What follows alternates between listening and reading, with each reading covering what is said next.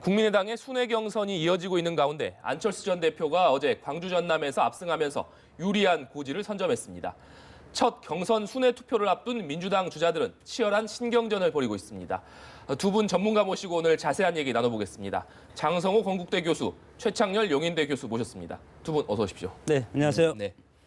네. 먼저 오늘도 휴일인 오늘도 지금 각 당의 대권 경선 레이스가 한창인 상황입니다. 먼저 국민의당 상황 얘기부터 안 해볼 수가 없을 것 같은데요. 장 교수님, 어제 안철수 전 대표가 호남에서 있었던 광주에서 있었던 첫 번째 순회 경선에서 압승을 거뒀습니다. 어떤 의미로 좀 보십니까? 그 호남은 야권의 심장이고 야권의 전략적 방향을 견인한 그런 어떤 역사성이 있는 지역 아니겠습니까? 거기에서 현재 문재인 민주당 전 대표는 1위를 지금 여론조사를 달리고 있고 대선을 형성하고 있고, 그리고 안철수 의원이 어제 60.69%로 압승을 하지 않았습니까? 이것은 상당히 큰 의미가 있는 숫자다 이렇게 보고, 특히 호남의 유권자들은 안철수의 국민의당 후보와 그리고 문재인의 민주당 후보 두 사람을 호남이 배출한 후보로서 일단은 키우고 있고, 이분들을 본선에서 올려놓은 다음에 그다음에 막판에 경쟁을 통해서 두 분 중에 한 분을 선택하겠다, 이런 어떤 전략적인 뜻이 담긴 것 같고, 물론 이 와중에서 지금 한국당이라든가 보수층과의 어떤 결전에서 어느 한쪽으로 몰아주지 못할 경우가 생길 경우에는 상당히 어떻게 보면 치열한 대선 싸움이 될 가능성도 있기 때문에 지금까지는 양쪽 후보를 지금 키워주는 그런 전략이라고 봅니다. 네, 손학규 전 대표 같은 경우에는 사실 뭐 강진에서 2년 동안 생활을 하면서 호남 민심이 좀 많이 본인 쪽으로 올 것이다 이렇게 얘기를 해왔었는데 또 생각보다는 안철수 전 대표가 좀 압승을 거뒀습니다. 그래서 어제 예상보다 안 대표가 상당히 압승을 했어요. 근데 어제 그 표 차이도 표 차이지만 어제 좀 주목해야 될 것이 예상보다 많은 그 유권자들이 참여를 했거든요. 이 네. 어제 국민의당 이 경선은 오늘 뭐 전주에서 지금 하고 있습니다만 선거인단 등록이 필요 없고 신분증 하나 가지고 아무 유권자도 아무 시민이나 가서 투표할 수가 있는 겁니다. 지역에 관계없이. 물론 이제 국민의당 경선에는 한 명밖에 참여를 못하긴 합니다만 어제 6만 명이 넘게 참여를 했어요. 국민의당에서도 깜짝 놀랐다는 거 아니겠어요? 네. 그 얘기는 그만큼 호남에서 문재인 전 대표를 견제하고자 하는 심리 같은 것들이 있다라고 해석을 좀 해야 될 것 같아요. 물론 결과는 뭐 안 전 대표가, 안철수 후보가 뭐 월등히 높게 나왔습니다만 생각보다 손학규 후보가 굉장히 표가 좀 안 나왔습니다. 강진 얘기도 하셨습니다만 손 전 대표에 대한 호남의 일정 부분 지지가 있다라고도 이제 인식되어 네. 있는 것에 비하면은 별로 이렇게 조직표가 잘 가동되지 않은 것 같고요. 그리고 6만 명 이상이 왔다는 것은 조직표도 조직표입니다만 일반 유권자들의 참여가 많다라고 해석할 수밖에 없거든요. 그러면서 이제 안 전 대표의 지지율이 높게 나오고 많은 인원이 참여했다는 게 문재인 전 대표에 대한 호남의 일정 부분 반감 같은 것도 좀 일단 작용한 것이 아닌가, 이렇게 해석을 좀 해야 될 것 같습니다. 일단 인원이 많이 참여한 것이. 네. 그런 것이 이제 앞으로 향후 어떻게 작용할 것인가 오늘 두고 봐야 될 것 같죠. 네, 장 교수님께서는 어제 그 6만 명 넘는 이 투표 열기 어떻게 좀 배경을 보고 계십니까? 박지원 대표께서 하신 말씀이 있지 않습니까? 도박이 대박이 됐다. 이런 것이 공식적인 멘트인데, 그럴 정도로 국민의당 입장에서는 호남을 본거지로 한 당의 어떻게 보면은 지역의 유권자들이 국민의당을 대선의 어떤 핵심 키로 선택을 했다. 이렇게 뭐 자기들이 유리한 쪽으로 해석을 하는 것 아니겠습니까? 국민의당 당원이 19만 명인데 광주 전남이 7만 명, 그리고 전북이 3만 명 아니겠습니까? 7만 명 중에서 6만 명 정도가 참여했다는 것은 상당히 의미 있는 숫자라고 봅니다. 그래서 대선의 후보가 누가 되든지 그것보다도 앞으로 내년에 있을 지방선거에서 국민의당이 훨씬 약진할 가능성이 상당히 커진 그런 것을 보여주는 것 같고, 그리고 3년 뒤에 있을 총선까지도 이 기세가 이어질 가능성이 상당히 많다. 이렇게 봤을 때 어떤 호남을 기반으로 한 어떤 국민의당, 이것이 상당 부분 지속될 가능성이 있고, 이번 대선을 통해서 민주당과 국민의당이 이런 걸 봤을 때는 합쳐지기는 상당히 어렵고 각자도 사용을 해서 경쟁할 가능성이 상당히 많다는 것을 지금 여실히 보여주고 있다고 봅니다. 네, 주목할 만한 부분이 어제 이 투표 참여 열기가 굉장히 높게 나타나면서 여론조사상에서는 잡히지 않았던 민심들이 현장에서 드러난 것이다. 이런 평가들이 당 자체에서 좀 나오고 있거든요. 그 부분은 어떻게 보십니까? 저는 그런 점이 있는 것 같아요. 호남 유권자들의 참여도가 높았다라는 것이 문재인 전 대표의 대세론에 어느 정도 제동을 거는 심리적인 그런 부분이 분명히 있거든요. 그러다 보니까 지금 문재인 전 대표가 지금 계속 거의 13주, 14주째 그 대선 주자 지지율 1위를 달리고 있잖아요. 네. 그런 것들에 비해서는 호남에서 그 국민의당 경선에 많은 인원이 참여했다는 것 자체가 뭔가 문재인에 대한 견제라든지 국민의당의 안철수 후보를 한번 대항마로 한번 키우겠다 이런 의도가 깔려 있다라고 해석할 수가 있는 거거든요. 그런 정치적 의미가 있는 거죠. 그런 면에서 볼 때는 지지율이 차이가 많이 나는 것에 비해서는 샤이 표심이 분명히 있는 것 같아요. 뭐 샤이 보수님은 샤이지 뭐 이런 측면을 떠나서 네. 어쨌든 여론조사에 잡히지 않는 그런 민심들은 분명히 있는 것 같다는 생각이 들고, 그러니까 이 호남에서만의 이 경선뿐만이 아니라 전체적인 이 여론조사에 분명히 숨은 표가 좀 존재하는 것 같습니다. 이번 선거 구도에서. 네. 그런 점을 유심히 좀 봐야 될 것 같아요. 네. 여론조사의 숨은표를 주목해봐야 된다는 말씀까지 주셨는데 현재 전북에서 2차 경선이 진행되고 있지 네. 않습니까? 결국 오늘도 안철수 전 대표가 뭐 압승을 거둔다면 사실상 대세론을 확정한다 이렇게 볼 수 있을 텐데요. 오늘 결과는 좀 어떻게 전망하십니까? 어제 광주, 전남 그쪽의 여세가 상당히 파급력과도 클 뿐더러 지금의 판세를 어제 이미 다 보여줬다고 생각이 듭니다. 2만 5천 명이 3만 명 중에서 2만 5천 명 정도가 지금 참여할 것으로 보이는데 여기에서 어제와 같은 현상이 나타나면 판세는 결정이 된다. 저는 그렇게 판단이 되고 박주선 손학규 전 대표가 역전의 발판을 전북에서 마련하지 못한다면 앞으로 남은 뭐 6개 권역에서의 어떤 경선 이것도 별 의미가 없이 안철수 대세론이 굳어지는 결과가 되리라고 봅니다. 네. 더불어민주당도 내일 첫 번째 순회 경선 투표가 있습니다. 그 호남, 그러니까 광주에서 내일 진행될 예정인데요. 아무래도 이 호남에서의 경선 첫 투표 결과가 전체 판도를 좌우할 수 있기 때문에 내일 투표 결과 중요하지 않겠습니까? 국민의당이나 마찬가지죠. 민주당은 뭐 오히려 더 내일 이 호남에서의 경선 결과가 민주당 전체 판세를 가를 가능성이 커요. 더군다나 민주당은 지금 문재인 대세론 때문에 계속 뭐 독주하다시피 하는 체제 아니겠어요?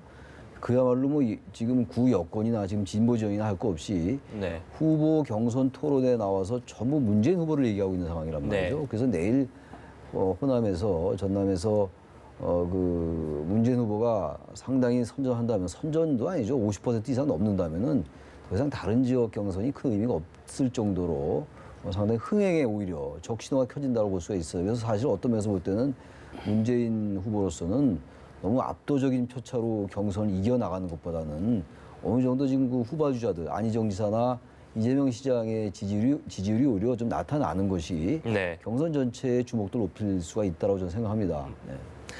아무래도 경선 방식에 있어서 차이가 있기 때문에 단순 비교하기는 쉽지 않겠습니다만 국민의당 같은 경우에는 어제 뜨거운 열기를 보였기 때문에 네. 내일 경선을 앞둔 더불어민주당 같은 경우도 그 부분이 좀 신경 쓰이지 않을 수 없을 것 같은데요. 글쎄 뭐 신경은 쓰인다 하지만 그러나 이미 지금 이제 민주당 같은 경우는 처음에는 조금 불협화음이 있었지만 그래도 시스템이 어느 정도 안정이 돼가는 그런 분위기 아니겠습니까? 그런 차원에서 봤을 때 국민의당의 그런 열기 이것을 지금 민주당이 오히려 더 따라가야 되는 그런 입장이기 때문에 오히려 지역의 유권자들인가 당원이라든가 우리 지역 발전을 위해서는 오히려 정당이 어떤 지역에 가서 경쟁하는 모습은 상당히 보기 좋다고 봅니다. 다만 이런 어떤 지역의 어떤 패권을 두고 싸우는 것이 보수냐 진보냐 어떤 정책적인 이념적 지향성이 아니고 어떤 계파나 지역 패권 이것을 놓고 싸운다는 것은 상당히 국민들한테 비판을 받지 않겠습니까? 그런 측면에서 어떤 승리를 보다도 어떤 정책이라든가 연대를 통한 어떤 국가의 비전 이런 것을 국민들한테 보여줄 필요는 있다고 봅니다. 네. 근데 그 말씀하시니까 생각나는 게 이번 선거가 유난히 정책이나 공약이 떠오르는 게 별로 없어요. 어느 선거나 항상 우리가 하는 말이 정책 공약이 실종된 선거다라는 말을 항상 해왔는데 그래도 과거 선거 보면은 뭐 세종시 문제라든지 세종시 수도 이전 문제 그리고 뭐 경제 민주화, 복지, 4대강 뭐 이런 게 다 좀 쟁점화 되지 않았어요? 그러니까 이 후보 간에 이 진영 간에 어느 정도 어떤 그 선거를 좀 관통하는 선거를 가르는 이런 뭐 쟁점축 같은 게 좀 있었던 것 같은데 이번 선거는 후보들도 그렇고 정당들도 계속 공약은 얘기하고 있습니다만 이렇게 유권자들에게 정확하게 진영을 나눌 수 있는 주자를 구분시킬 수 있는 주자를 차별화할 수 있는 이러한 어떤 이슈라고 할까 어젠다라고 흔히들 얘기하죠. 의제 이런 것들이 잘 설정이 안 되는 것 같고 오로지 연대냐 협치냐, 문재인 연대냐 문재인 대 반문재인 연대, 거기 어떤 사람이 들어갈 것이냐, 이런 쪽으로만 너무 지나치게 가는 것 같아서 우리 장 교수님 말씀이 좀 일리가 있는 것 같아요. 네. 선거도 얼마 남지 않았고 이번에 뭐 탄핵 정국과 연관 안 시킬 수가 없는 건데 이 선거 자체가 너무 이 구도로만 가는 거는 이 선거의 의미를 찾기 어려운 정도로 얼마 안 남았지만 어떤 쟁점을 좀 개발해서 네. 오히려 그러면 지금 후발 주자들이라도요 주목도 높일 수가 있거든요. 그런 점을 좀 개발할 필요가 좀 있을 것 같아요. 각 네. 진영들이 말이죠. 이제 뭐 우리 이제 교수님처럼 이제 그런 것이 이제 똑같은 저도 반열에서 말씀을 드린다면 이번 선거의 원인이 박근혜 전 대통령의 탄핵 아니겠습니까?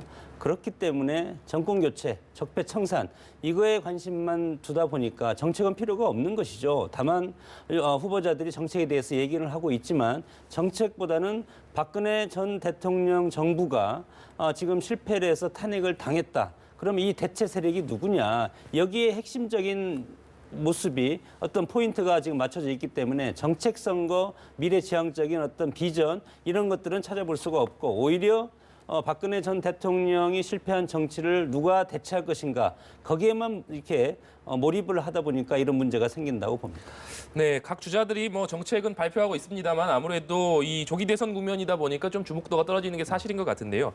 이와 연관지어서 좀 계속 대담을 이어가자면 지금 현재도 지금 충남 지역에서 민주당 합동 토론회가 진행되고 있습니다만 이 현재 최근의 토론회 양상을 본다면 앞서 언급해 주셨듯이 문재인 전 대표를 향한 안희정 충남지사 그리고 이재명 성남시장의 공세가 좀 집중되고 있는 모습입니다. 그런데 주목할 만한 부분은 문 전 대표하고 안 지사 사이에 정면 충돌하는 양상이 좀 빚어지면서 이 양쪽의 갈등이 골이 좀 깊어지는 모습이 좀 연출되고 있거든요. 이 부분 경선이 끝난 뒤에도 후유증을 우려하는 목소리가 당내에서조차 나오고 있습니다. 그럴 가능성을 뭐 완전히 배제하기 어려울 것 같아요.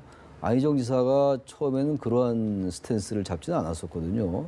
근데 이제 경선이 진행되면서 점점 이제 그 격화됐어요. 특히 이제 네거티브 논란이라든지 최근에 그 안희정 지사가 올린 말이 있었잖아요. 어떤 질겁하게 만든다 문재인 후보 진영 이런 얘기를 했고 이런 건 이제 그 문재인 후보 측에 대한 그 반감을 그대로 드러내는 거란 말이죠.